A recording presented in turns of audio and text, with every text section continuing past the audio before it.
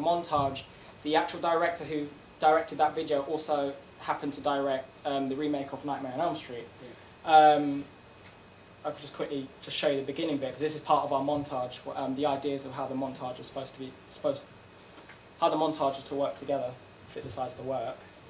Oh, I don't want that. I'll just leave it then. Oh yeah, this is a key trailer moment we described. Like we say, we're also on the thing about Samuel Bayer, where you thought about Edward Lynch, like we were told to. And we looked at it and sort of uneasy sort of images you wouldn't expect to go together, going together, working in the montage. So that was where we got that from. And also the Ring videos, US and Japan's version. Key trailer moment, you will see it in a minute, but I wanted to point this out because when we finished it, we were quite proud of this part. This is sort of going through, as I speak, or Matthew speaks, we see him looking through photos of him and the victims. That's also where you see Red Rum on the hand. The end line of the speech is, what if it's you? Then we cut to me, or it's me. Then the inside to Dark Fantasies. We feel this is a very ambiguous sequence of shots because it either suggests, we don't know, the genuine surface meaning, Matthew is scared that he is going to be next. Or it's a hint towards the twist, Matthew is the killer. Or maybe even, it's a little bit less likely, but it's something if you're perceptive you'll find, it's a hint of suspicion. Maybe the person I'm speaking to, who you don't ever see, maybe I think he's a killer. That's also justified in the scene afterwards, which is a point of view shot where somebody is following Matthew. Yeah, and the intertitle afterwards, Dark Fantasies, it anchors and supports all three of those ideas in some form. Now we're going to show you the trailer, I think. We're going to show the trailer? Do you want to? Show the trailer. Okay. Amy.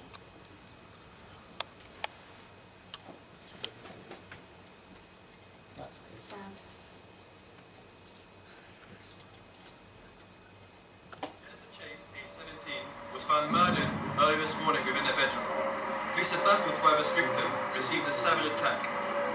They have revealed that she received several stab wounds to the chest and leg area. Second teen was found dead within a week, less than a mile away from the scene of Jennifer Chase's grisly murder. Steve Sachs, aged 18, was murdered waiting for a bus after a night out with his friends. A 13-teenager was found murdered last night in what police described like something straight out of a low-budget horror film. Vicky Timothy Allen, aged 17, who was working late in this establishment behind me.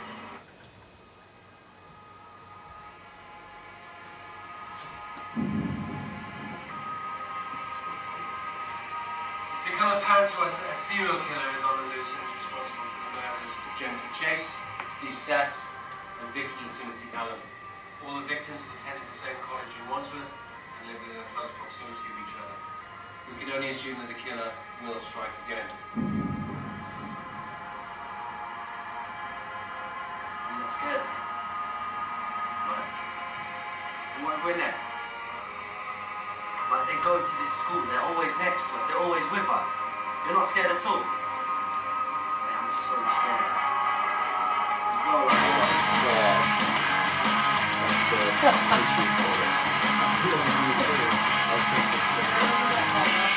That's good.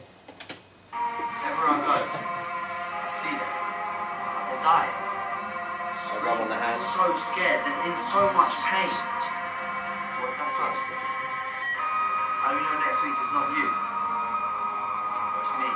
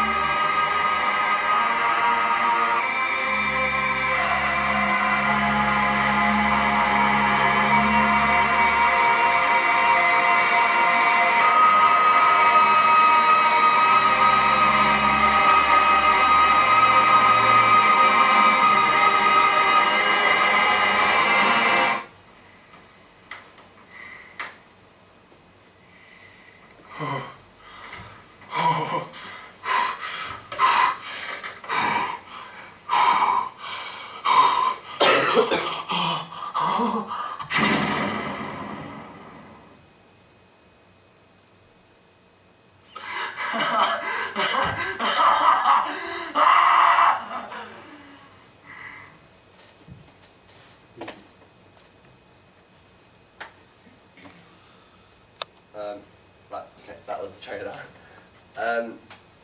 Now we are going to go on to narrative arcs. We have each, a few of us have made a couple ideas of what we think the narrative arc looks like. This goes back to my point of, or it's my personal theory. I can't speak for everybody, but I don't see narrative arcs as a tool for planning. I think they're more an analysis. So you could use it for planning by looking at other narrative arcs. And yeah, are we going past that bit? Yeah. Okay, anyway. Alright, these are the ancillary texts that we produced. So there's 4, we all produced a there should be poster. 5, yeah. There should be another poster.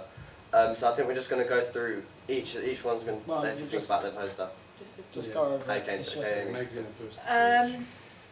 Okay, I wanted something quite minimal. I didn't want anything too abrupt or in your face or too obvious, because obviously our trailer isn't obvious, it's quite hidden and there's something twisted inside it. So I chose just a simple blooded handprint that I think Eric had taken a photo of. I edited it and things like that. I wanted to keep that kind of minimal with just the title sort of in there, but you're not really sure if it's the title or not.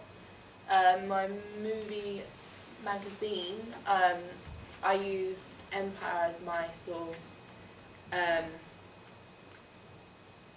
inspiration. It was just quite plain, simple again. Used another photograph which Eric had taken of one of our murders, and it was mainly just about our film R.E.M. We just tried to keep all the colour schemes like pretty neutral. We tried to keep the idea that these blood. were blood, like slightly gone for the really red and blacks, very dark, very gritty colours. So we've just tried to keep that like a central theme going through all our posters and magazines, just because it's iconic for Colour themes and horror.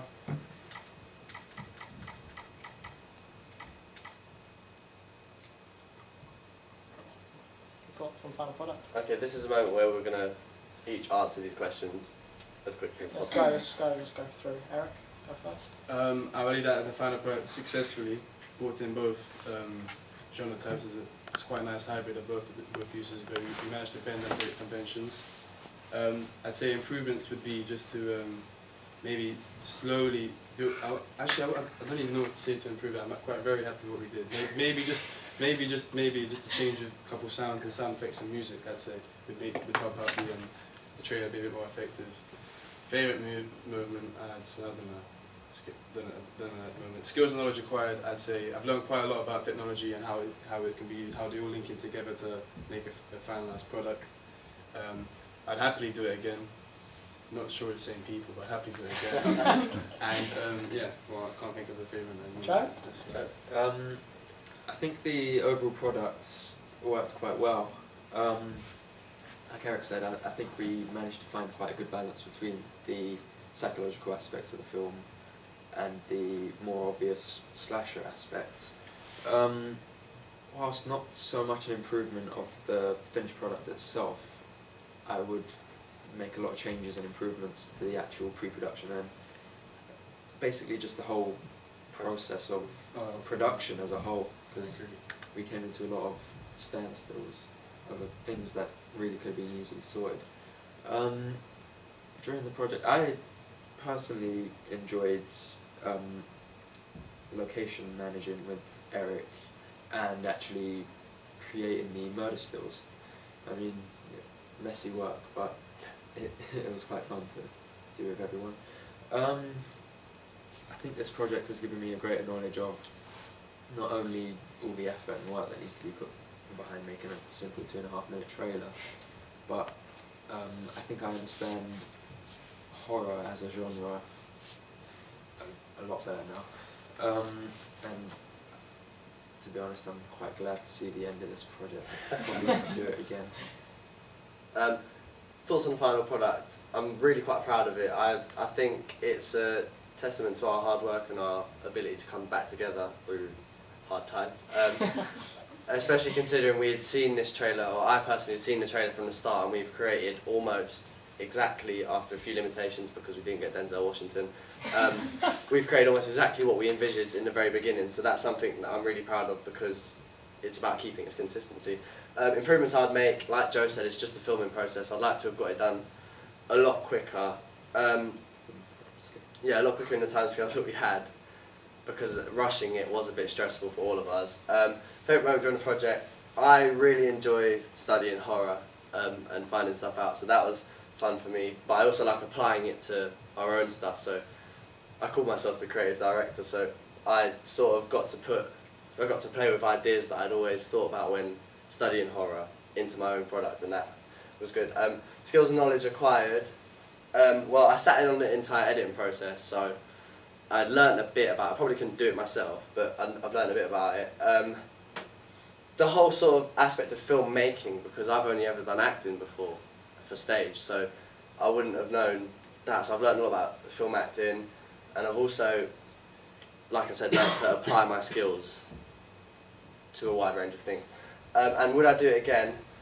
I'm probably going to be the only one that says this, but I look forward to doing something like this again, because, like I say, it's made me realise I like filmmaking, and I'm not going to lie, what we produced, I'm quite good at it. So I think it's given me the confidence and the belief that makes me think I'm not just going to be an actor. I could go into filmmaking, I could take, there's more routes for me now, it's more open for me, and that's why I've enjoyed this project so much. Thoughts on the final product? I think as a group, after a preliminary task, we really, really enjoyed it. I think we worked really well as a group in that task, and I thought we expected the same. Group dynamic just wasn't there. But in the end, I think from the start, maybe not so much in the middle, but to the end, we ended up with a good product that we were all, I think, we're all happy with, and feel only with time could we have made it any better. So again, an improvement. I think maybe if we had more time, or Better management. no, I don't think it was management. I think we managed. It was just, I don't know. No, it was more. Yeah, no, it was more. If we had more time to do it, I think we all rushed it.